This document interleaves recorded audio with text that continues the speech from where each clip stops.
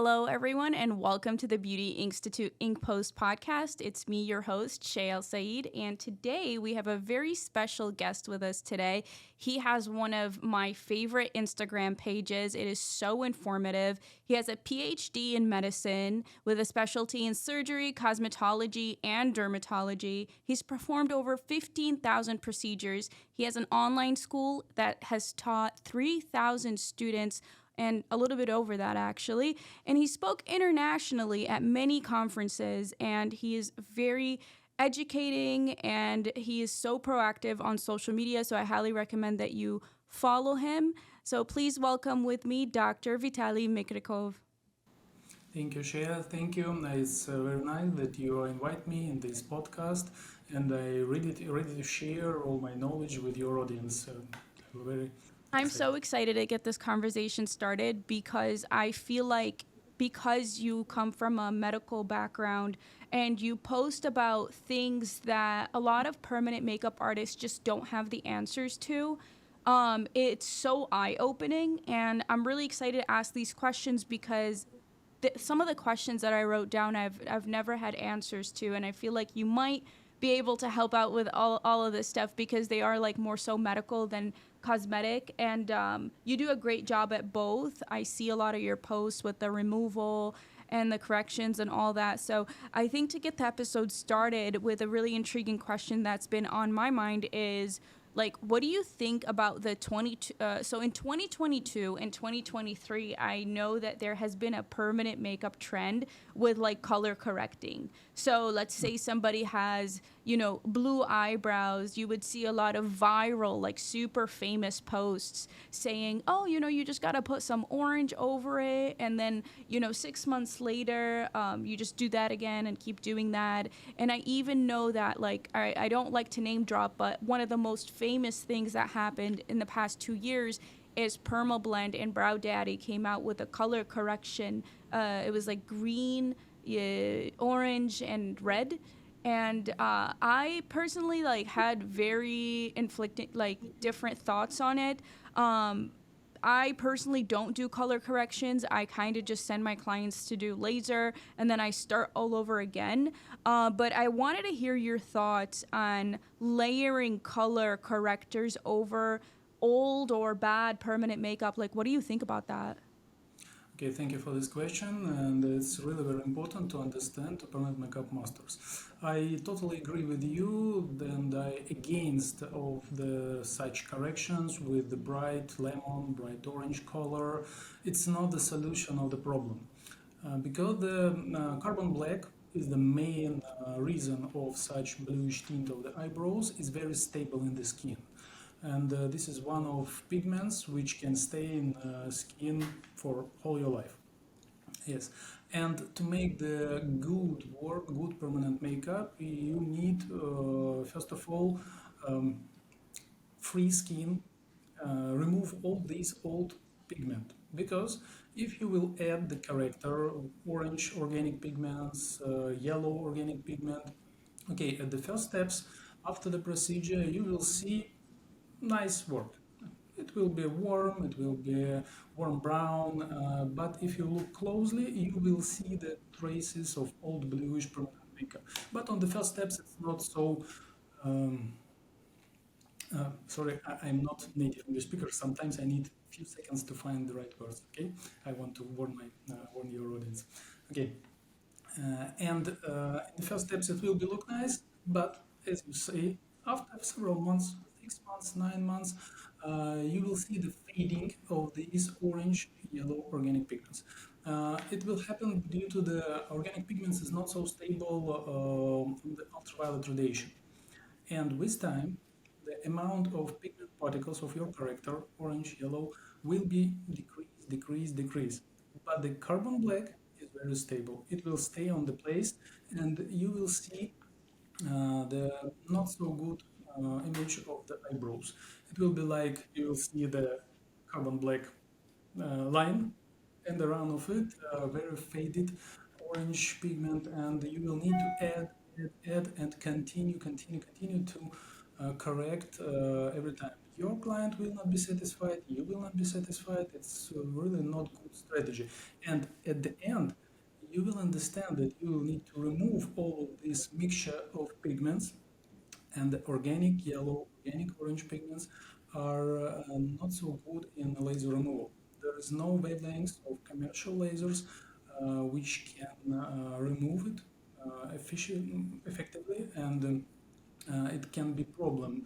Your client can stay with yellow Mm. eyebrows, orange eyebrows, and the client will need to wait until this orange yellow pigment will fade out under the ultraviolet radiation. It may take 1 2 year, and it's big problem. And it's a problem of inks, because a lot of manufacturers of inks make the orange pigment, yellow organic pigments as the main part of their mixes, and that's why it's a very big problem to remove such eyebrows, and yellow residues stay for a long time, especially if a client decide to remove it in not so big gap after applying. If you will try to remove inks with organic yellow pigment in the first 6 months, you will see the bright yellow residue, and it will be not so good. That's why I'm for laser removal. Please remove everything and then make your masterpiece. Not try to make correction. That's interesting. I didn't know that yellow would make it harder to laser. Like, I know it doesn't look good later, but I didn't know the only way to remove. You said organic yellow is with just ultraviolet rays from the sun. Yes, yes.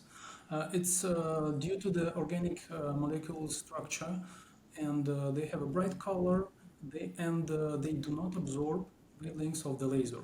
Neodymium laser, 1064, 532 nanometer, they have no effect, almost no effect on the yellow and orange colors.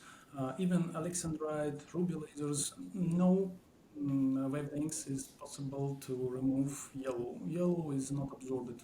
Wow. I didn't know that. You would think because it's so hard to remove with light that it would stay in the skin, but I find that it doesn't reflect either. So like the skin doesn't, in my opinion, does not reflect the yellow. So the eyebrow to me looks gray, but I know underneath the yellow's still there. Just because you can't see it, it does not mean it's not still there. Is that true? You know what?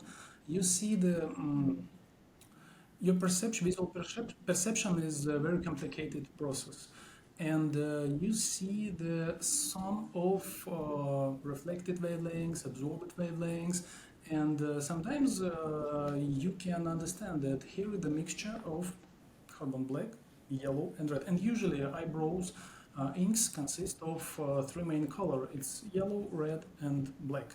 And modern inks usually contain black pigment, as it's usually carbon black. It's most suitable, it's most good for manufacturers. And two organic pigments.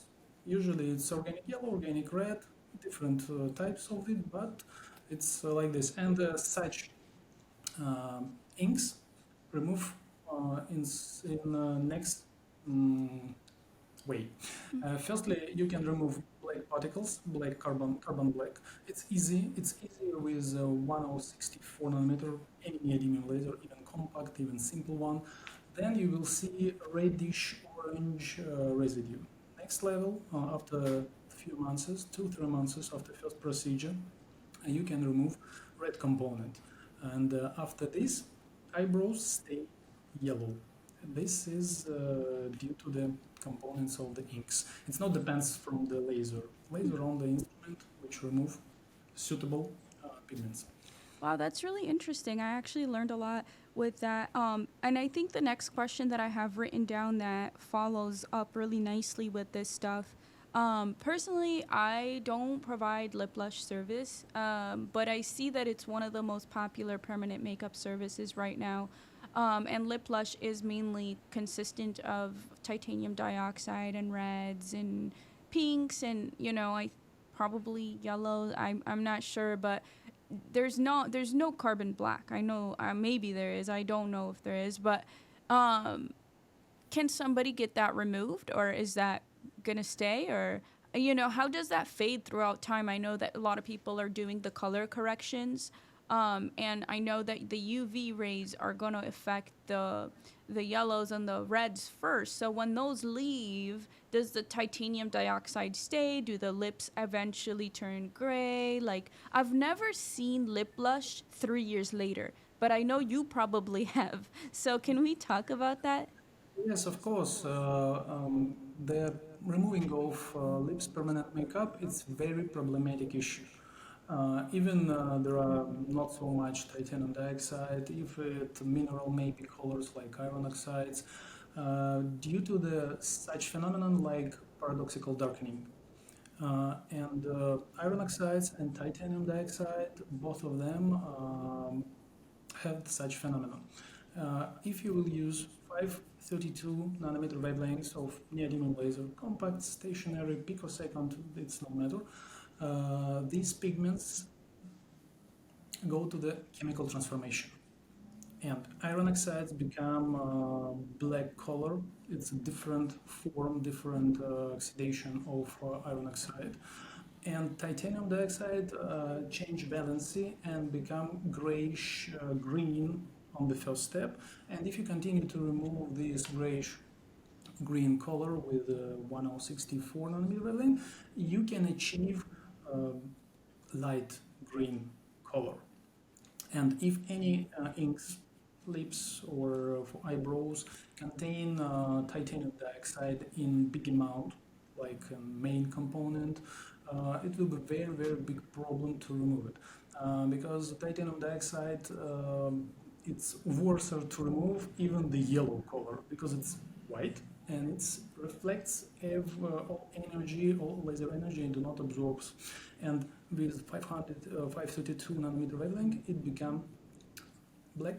Mm-hmm. And after this paradoxical darkening, it's a scientific phenomenon, scientific term, it harder to remove such pigments for the light, some for light's state, um, and it's statistically proved. If paradoxical darkening occurred, then it will be much more harder to remove and to make it some good looking result. Do people need removal? Like, is are there case? Well, here's the thing. Okay, let's say for example somebody does really good quality lip blush. They use good quality colors. Because I don't do that service and I'm not familiar with it. Like, is there somebody who is still happy with the service? Let's say 5 years later, is it still there? Like, do you know how it looks like 5 years later? For example, if the person had great technique, great everything, if all is well, like, is there what does it look like 5 years later? If inks do not contain a lot of titanium dioxide, it's not Barbie pink like this color. It's usual red color. It's look normal. The main condition is that the permanent makeup masters do not go over the borders Mm-hmm. of the red border of the lips. Mm-hmm. I have a lot of cases with women which have lip permanent makeup 1 centimeter above, 1 centimeter down. It's disgusting, and this is very big problem for removing. If there are in border of red line, it's okay. It's normal. It can be renewed. It can be make uh, renovation on the permanent like makeup. like they're okay to get touch ups, like if the artist has great technique and does not go outside the border and has a good quality pigment that does not contain titanium dioxide, this is a service that can be retouched and there's no problem. Yes, yes. Okay, yeah, that's good to know, honestly. I was always curious about that because I don't think I see it that much, but I see it a lot on Instagram. So I know you see it in real life, so I kind of wanted to just ask. This is great so far. I'm learning a lot. I think another question that I had. Okay, so on a different episode of our podcast, we were talking about like scar camouflage and a lot of different medical type of procedures. And we were talking about areola pigmentation, like to create areola for a patient. And many of the posts that I see on Instagram are doing really good work with like giving a person that went through cancer and like surgery new areolas, which is amazing. But like I know there's a lot of research saying that titanium dioxide is a harmful substance and it's illegal in food, and in a lot of countries there's a lot of regulation on titanium dioxide. So a question that I had, me and my sister, is like, if a person is in remission from cancer, is it okay to put titanium dioxide like right in that tissue over there, like it, because most of the areola pigments are white, like lots of white in them. So I was wondering about this, and I was wondering, if a doctor might have an answer, because I could not find any answers on the internet. I did research, but I wanted to bring this up to you, and maybe you have some answers for this. It- It's a really interesting question, and first of all, you don't need to be afraid of titanium dioxide because this pigment is not restricted even in European Union, and they have the most strict regulation of inks.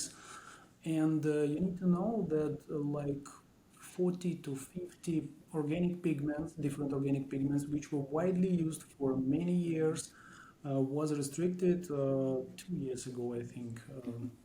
And this happened due to the um, destruction products, destruction parts of this pigment was really carcinogenic, mutagenic, and it was very harmful substances.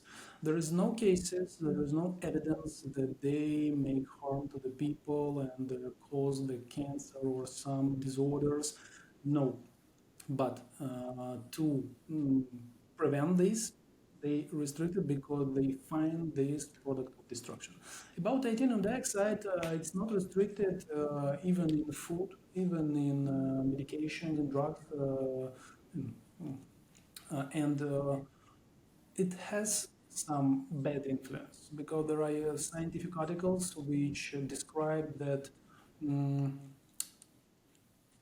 phototoxic effect of titanium dioxide to the fibroblast and others, but there is no research, no evidence that it's really harmful, and there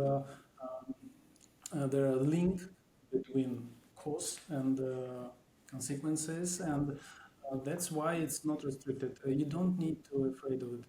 It's only maybe aesthetic problem when you try to remove, because I see a lot of bad results with protoxical darkening after stretch camouflage, Vitaly camouflage, scars camouflage, and other types. After people change their mind or maybe have a bad aesthetic result, they want to remove. And this is very big problem. As I say, it's a procedure without any chance for mistake, both for client and for specialist. Because if client choose the bad specialist with not skilled specialist, he will have a bad result and it will be big problem. And for specialist, it's really a problem. You need to make the perfect work without any um, any chance for mistake. This is like this. Yeah, no, that is intense. I mean, thank you for the answer though, because that is something I wondered about. And honestly, it feels good to know that there is no research or evidence of titanium dioxide being bad, because I am so grateful for all the women that were able to get their confidence back with some of these procedures. So, Let me add, and now maybe 10 years ago there was no publications, no articles about the medical micropigmentation of areola after cancer, after this. But 3 to 4 years, these papers start appear, and really doctors, surgeons, oncologists recommend such procedure for psychological help for such women as the normal procedure and recommended procedure. And this is, I think, very good because they explain to people that this is good, good solution of their problem. yeah, 100%. And I seen some of the artists do a really good job. Like some of the areolas look so real, and I'm very pro the areola service. I think it helps a lot of women. There are some services that I'm not sure are like very necessary. I seen like the under eye concealer. I would never do that. Or like I seen you posted about the nose contour or lip Yes. blush. I mean, sorry, not lip blush, the cheek blush. Mm-hmm. You know, I think those are like maybe unnecessary. I don't think you should tattoo your face like that. Or even, I don't know if you've seen the BB glow. I didn't Mm-hmm. really like the BB glow service either. Like, what are your thoughts on like putting ink all over your face? Every time when I post something in my account about the black like panda circles under the eyes and everything like this, I have a really big conflict with specialists because every time specialists who provide such services try to um, say that this is good and we have good results. And I see the really good result, but it's so complicated technique, so complicated procedure to find the inks, a combination of colors, and it must be so light and something like this that the special permanent makeup master must be very, very skillful in such area to provide this service. Sometimes really good result, but a lot of cases I see when the unskilled master think, oh, okay, I will use white color and make like brush under the skin, under the eyes, and this look awful, and this is so big problem for clients. I want to say that it's another area of without any chance for mistake. It's not the thing that you need to start from. It's you really need to be prepared for this. Yeah, 100%.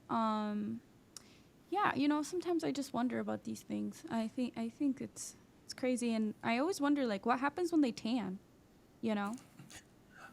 You know what? It's very interesting because the pigment lay under the epidermis, and when you will have tan, the tan will be over pigment, and there will be no big difference. And the skin in this area will have tan too, because pigment is under the epidermis. But the titanium dioxide, with time I see, I think it depends from the manufacturer, from the chemical structure maybe of these inks. But I see when white tattoos are become yellowish, like dirty shade with time under the influence of ultraviolet. And this is a very big problem. You need to choose right ink with right titanium dioxide to avoid such consequences.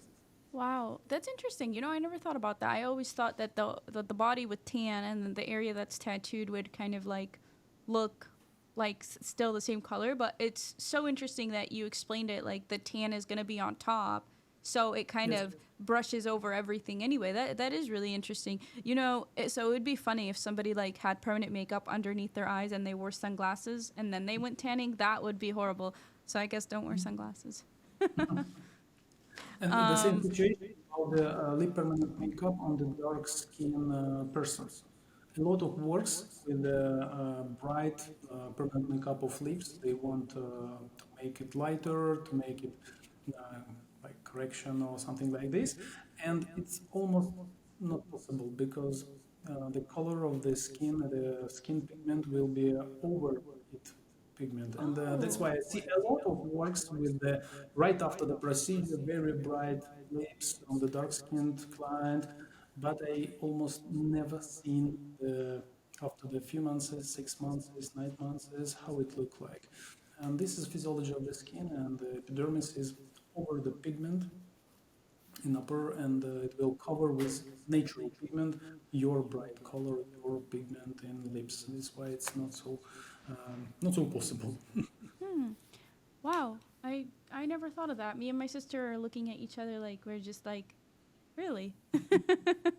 Uh, um let's see. I have so many questions for you because you're just so knowledgeable, and again, one of my favorite Instagram pages, so I'm really happy to have you here.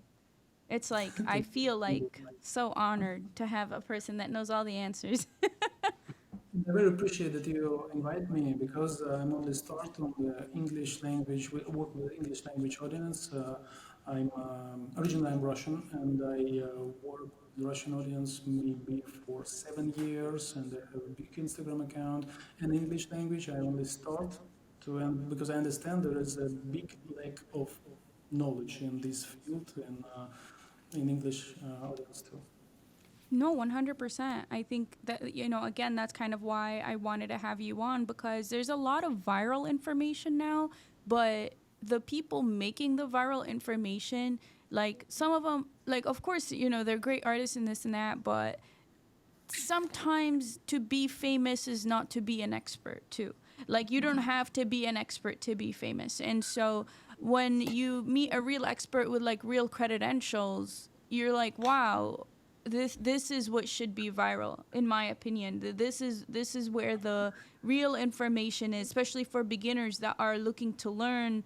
Sometimes what goes viral on Instagram isn't what the real life stuff is.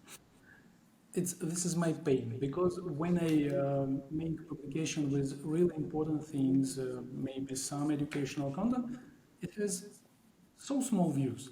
When I put some trash case or something like this, it's viral. It's a lot of likes. They say you better look something educative content, please. Nobody looks. Yeah, that's just the nature of the world, huh? It's like that with everything. Okay, so let's see. Okay, a question that I have is so personally throughout my career, if somebody has a bad permanent makeup or they want me to redo it, they went somewhere else, they don't like it, I always say go get it lasered and come back. I don't do laser, but I always say go get it lasered. I have a few people that do a good job. I send it to them. They come back, I do it. But I've seen that a lot of permanent makeup artists have like acid removals, and they have. Mhm. I know now there's what do you call it? That Alcohol. the clay removal, and now there's salt removal. So there's like different ways they do removal, but I've seen the procedure, and basically you kind of break the skin, you put on the salt, acid, clay, whatever you put on, and then that sort of creates a scab, and then you peel the scab, and then some pigment leaves. But in my opinion, it looks like you're creating scar tissue. So I said to my clients, like, I need the skin there. Like, if I'm gonna peel your skin, then I can't tattoo it. So you need to just go get laser, um, whatever. So that's kind of like how I've been thinking about it. But I know some artists that really advocate for these types of removals, and I wanted to get your thoughts on that. Like, what do you think about the salt, acid, clay, all this stuff? Like, is it effective in some cases? Oh, this is another pain. I struggle with these chemical removal methods for several years, but 2 or 3 years ago, I was involved in the chemical removal because I need to explain to my students, to my audience, how it works and good. Because so much myths, so much some bad information about it. It's like a miracle fluid which make everything without injuries, without something, without scars. But no, it's chemical aggressive fluids. It's acids, it's alkalis, and the salt remover is not aggressive. It's good, and it's most like good. It's good. It's not. It's don't add the chemical trauma. And in reality, all this chemical removal is not something new. I see for 15 years I'm working like two waves of rising of interest to the chemical removal. Why? Because it's cheap. Hmm. Yes, the laser, the cheapest laser costs like few thousand of dollars, but you can buy the bottle of chemical removal solution for maybe 20, 40, 50 bucks, and you start to use it. It's much more cheaper. But there are a lot of marketing and misunderstanding about this. The sellers, the manufacturers say a lot of lie about this. They say it's make something magic. No, it's trauma, mechanical trauma with needle and the chemical trauma with different type of acids or alkalis. And in reality, I buy, I think, 23 chemical remover solutions from the market, all they can achieve. And I make some research. I measure the pH, the biological aggressiveness, and explain to people, to my students, how it depends. Because one acid remover is not the same than other, because they can differ. Even they both of them are acid chemical removers, they can differ in 2-3 times in aggressiveness. And this is different types of work. There are a lot of factors you need to take into account to make the procedure safe. Yes, there are some specialists who can remove it gently without trauma, but the chances of leaving scars with chemical removers is much more higher than with a laser remover, because it's obligatory trauma. You don't have any other way to get pigment from the skin without the needle and without the chemical aggression. And it's most important that uh, this aggression, inflammation, and um, regeneration of skin was under the control from the start point to finish. This is the main reason, main principle that you will not have scars. If somebody, some specialist, really believe it's magic fluid and it make by itself, it's really big problem for client, because it make a lot of injury and then put this acid and it add chemical injury and all of these. It's big inflammation, big trauma, and if client will be like it, skin can tolerate this.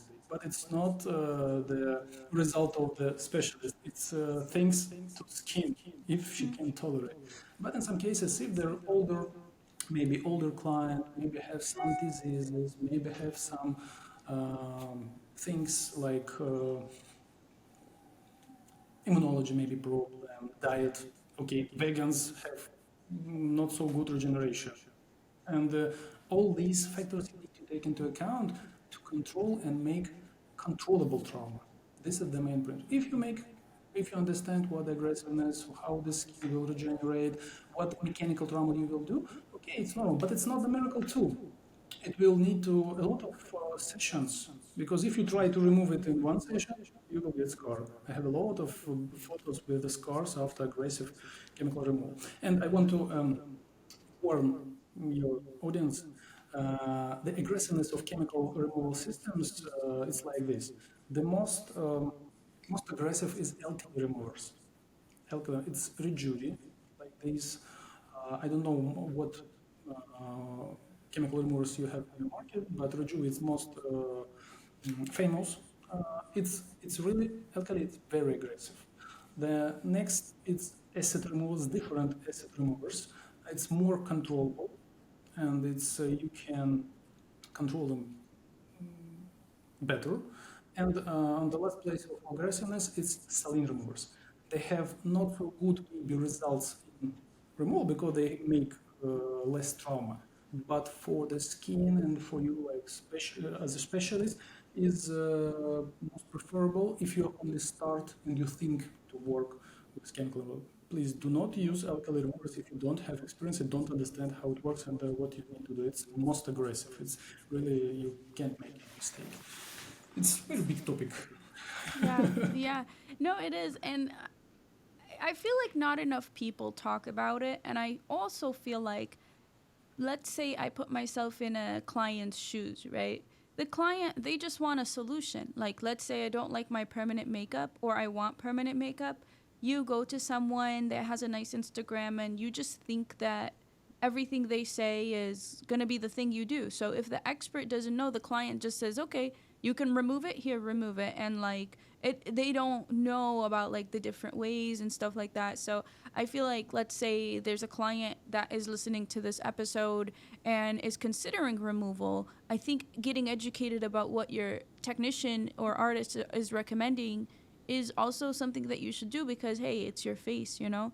And then I think too, what I've seen is with salt removal or saline or chemical removers, like I know some artists that talk to me, they say, Shay, like, I'm trying to remove this. This is her eighth removal session, like 8 sessions of removal. So to me, it's like, even if you're not doing all the trauma at once, doing it on the same spot 8 times is still a lot. Like, you could have just went for one session or 2 sessions of laser. It could have been okay, but I just think scratching the skin like that 8 times is not good, especially when I've seen people do removals um, with a, like, I know that the tapping method with the microblade is a little bit better than the, scratching, but even that, I just think I personally think 8 times doing that to the same spot, it just reminds me of when a woman has a C-section, then has another C-section and another C-section. By the time, she's on her fifth kid, the stomach is gone.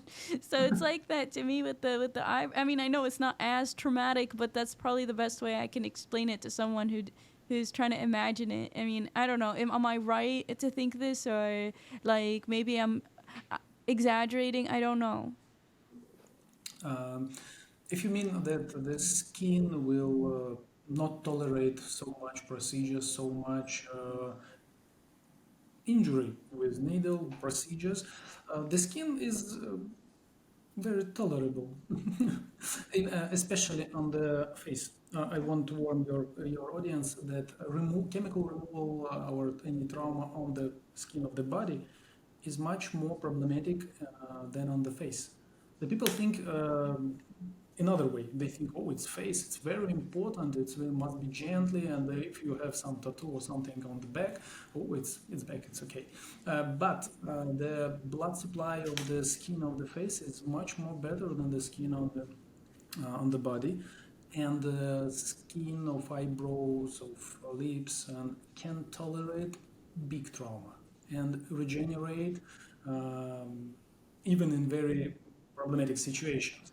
And if you provide 8, 10 procedures, maybe permanent makeup, cover-ups, everything like this, if every procedure was provided without scar formation, without passing this border of big trauma and scar formation, it's okay. Skin restoring its native condition, its native structure. It's evolutionary and it's our organism working this way. If there is no critical damage in every procedure, your skin will be normal. But sometimes on the first procedure, the critical damage provided to the skin, and all other you need to work with scar. It's very pity, but it's usual. And even in permanent makeup, even in procedure of usual permanent makeup, it can occur. Wow. Okay, well, that's good to know that like God made us so we stay pretty for as long as we can. That's so nice. Um huh. It's the result of your genetics and your type of living. I don't know how to say it. It's your habits. That's Hmm. all. I'm glad that I asked that question because I think it's leading up to probably one of the most interesting questions that I have written down that I really wanted to ask you. And thank you so much. It's been 40 minutes, but it feels like 5 because I'm so interested in this. So thank you. Very nice. Um, okay, one of the last questions. I have so many questions, but we don't have to go through them. Okay, one of the last questions I want to ask is this is from my experience. I started in the industry in 2014, and the most popular thing at the time, and I was just getting started, it was microblading, And so I did microblading for maybe 5 years until 2018, and then in 2018 I seen in like South America in I think it was like Brazil, a lot of people were doing nano brows, and I thought they looked better, and I thought I don't have to cut the client's skin anymore. So because I did microblading for 5 years, I noticed that the first session always was the best session, but then the touch up came, and the skin after the touch up or the color after the touch up would always spread. And then, like, let's say the client needed another microblading session 2 years later, especially with the iron oxide pigments that I think people should use so the color stays, because I think all the friends that I had in the area that did microblading with organic pigments turned blue because they spread. Like, I don't think it's a proper way to put it in personally. But anyway, the skin after 3 years would turn like, even though my technique was amazing, okay, I was using smaller blades. I've always been using nano blades, so I don't even know why people are calling it nano blading now, because nano blades are microblades. They've been around like what? But anyway, the skin sort of turned into like a different texture than new skin. And so to me, I started thinking and honestly advertising that microblading causes scar tissue because from my experience, this is what I've seen.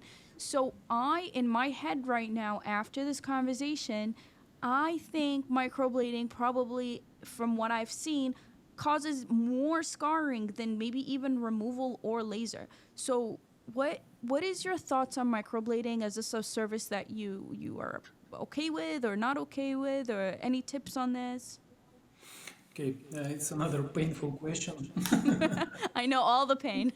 Yes, yes, because I do not support microblading because there are different mechanisms of trauma to the skin, the cut and the puncture, and it's different regeneration. If you make cut, almost every case you will have some portion of scar tissue. Maybe it will be not so prominent, maybe it not so visible, but the cut is very important. I'm a surgeon on my first education and my first work, and even when I worked as surgeon, the skilled surgeons, older surgeons, teach us to work with how would I don't know how to surgical knife. How okay, Yeah, surgical knife. I think it's called Scalpel. a lancet or something. No. Lancet, yes, lancet. With not to pull, not to make a lot of movement, not make something like this because it will traumatize the um, skin and other tissues, and in the result, it will be bad regeneration, and it's one of the reasons of some infections and like this. It must be very, very gentle to work with tissues. And I do not support microblading because it's really cutting of the skin. It's not good. I see a lot of sometimes when I post about microblading, the two groups of specialists start fighting. You do not understand the microblading is the best technique. No, you make scars. I have a lot of clients with scars and something like this. But maybe somewhere there are very skillful microblading artists and they make really maybe perfect works. But skin trauma is skin trauma. And the mechanism of skin trauma is very different. And the microblading is much more traumatic procedure to the skin than the machine permanent makeup because it's puncture or cut. Even I see the video when the one of maybe permanent makeup artists showed the difference on the latex, and she made the. Oh, that was me. Oh, you? I Oh, mean, I think a lot of people did that too. Like, I think after we posted it, it went viral on TikTok. It got like a million views. And then a lot Yes, of permanent makeup artists seen it and they started spreading the same message. So that I thought that was really good. yes, it's very good demonstration how what is the difference, and that's why I do not support. Okay, microblading is like with chemical removers and lasers. The price of go to the industry of microblading is cheaper than to buy the machine, buy the modules, and something like this. It's more affordable. That's why I think it's so much widespread. And but I don't suppose really it's I skin. also think it's because it's much easier to do. Like, to create hair strokes with a machine is much more Yeah. difficult than to create them by just kind of sliding your blade in front. And I think they heal very different though. Like, I think that with the machine you can have the hair stroke stay, but with the microblade you're gonna get migration. So yeah, that's kind of one thing that I wanted to touch on. The last thing I want to go over is like, how can someone take your class? How can I know you have the Laser Pro program? I know that's one of probably the best programs for laser and for removal that I've seen. So maybe tell us a little bit about how that works and how can someone subscribe to more information from you. Okay, thank you. Uh, First of all, you can subscribe to my Instagram account. It's my main social media uh, account, and all information I provide there. And it's online training for people, English language audience from different countries. Even it's English is not your native language, because not mine too, but I prepare. And it's totally online, and a lot of people are passed. And there is not only about laser. Laser is the main part, but about the chemical removal, skin structure, medical issues, technical features of lasers, a lot of information you to become a great expert, and you don't have questions how I need to do this and what I need to do with this, because I um, teach students for more than 7 years online before it became mainstream in COVID pandemic. I started in 2016, Wow. and I have a lot of experience how to teach people online, because a lot of people have doubts about how you can teach online. I know, I know. There are great results, and different countries, a lot of specialists start to work properly, safely, and they understand, because to hold the laser in your hands is not all. You need to understand everything, all factors, all factors which influence to the effects, and that's why that's what I'm teaching and make specialists in laser removal. Thank you. I will not tell Yeah, anymore. no, that's amazing. And there's not a lot of it. Like, I haven't seen that much information on removal expertise. But yeah, your Instagram is kind of what captivated me. I thought the information on there I wasn't able to find in different places. And I think your skill set and like your qualifications are really interesting too, because I don't see a lot of people with like medical background and expertise in permanent makeup procedures. So just the combination is rare, and I think that's what makes like your training probably very valuable and special. So I mean, I can literally have a conversation with you for 3 hours, but I will not do that to you. Um, is there anything that you wanted to add or touch on before we conclude the episode? One thing maybe, there are a lot of bad information, not right information about the laser removal too. A lot of trainers provide their classes, but I see even in these training classes, I see the whole mistakes, and they continue to teach. That's why you need to, as we talked before, not everybody who offer you to teach really understand this topic and really expert. It's you need to sometimes have a critical mind and understand this, but it's okay. Yeah, no, 100%. I mean, the only thing we can do as, people is try to learn ourselves as much as possible and then try to also, what I think too is like fact check each other. Like, for example, I asked you as an expert, I said, here's what I think. What do you think? And it's an open dialogue, and like you're open to my questions, and I'm open to your answers. And I think sometimes when, let's say, artist grows and they have like 100,000 followers in a full clinic and 3 clinics and this and that, they get so closed minded, like, I know everything, and it becomes sort of like a closed where you can't exchange expertise. But I always say that permanent makeup is a practice, so we need a community, we need to fact check each other. Just because something went viral does not mean it's right. Like, we need people like you and different people to just kind of call out some stuff. Like, I know you have some videos on your Instagram where you see something and you're like, okay, let's talk about this. This is, and you always say, this is my pain. And it's true, because when you see something so wrong, but it's marketed as right, somebody has to stand up for what's correct, because at the end, it's somebody's face. And you know what? All things that I talk today and I provide in my Instagram, everywhere in my lessons, lectures, it's all scientifically proved facts. I do not tell anything that I not sure, or I think is like this, but I don't know how it in reality. Only facts, only scientific proofs, only articles and science, and this is my like my main principle. That's all. That's why I explain, and it's easy to say to me because I can prove every word. If you will have doubts, I find you the article, I find you the source, scientific source that will Yeah.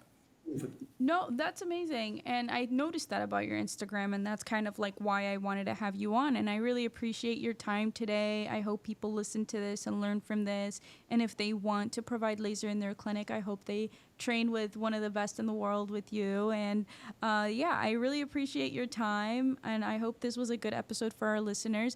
Do you want to just kind of mention your Instagram name if they wanted to follow you? Uh, some misconnection, maybe some problem Oh, with some. I was just gonna say like, what's your Instagram for somebody if they wanted to follow you? I'm sorry, I can show. Maybe I don't know how to read it. Bum, bum, bum, bum, bum, bum. Like this, maybe. Okay, perfect. He has a QR code on the screen, so if you just take a screenshot of that QR code, that is his Instagram. Give him a follow. Our Instagram is Beauty Institute, and my personal Instagram is Shea El Said. This was today's episode, and thank you so much for listening. If you have any questions, you can DM either of us. If they're laser-related questions, obviously DM him. But yeah, thank you so much for your time, and it was a pleasure speaking with you, and I hope you enjoyed it Thank you. too. All right. Yes, and I very appreciate it. Was first experience of such podcast, and it's really excited. I'm really excited. Thank Thank you. you very much. All right.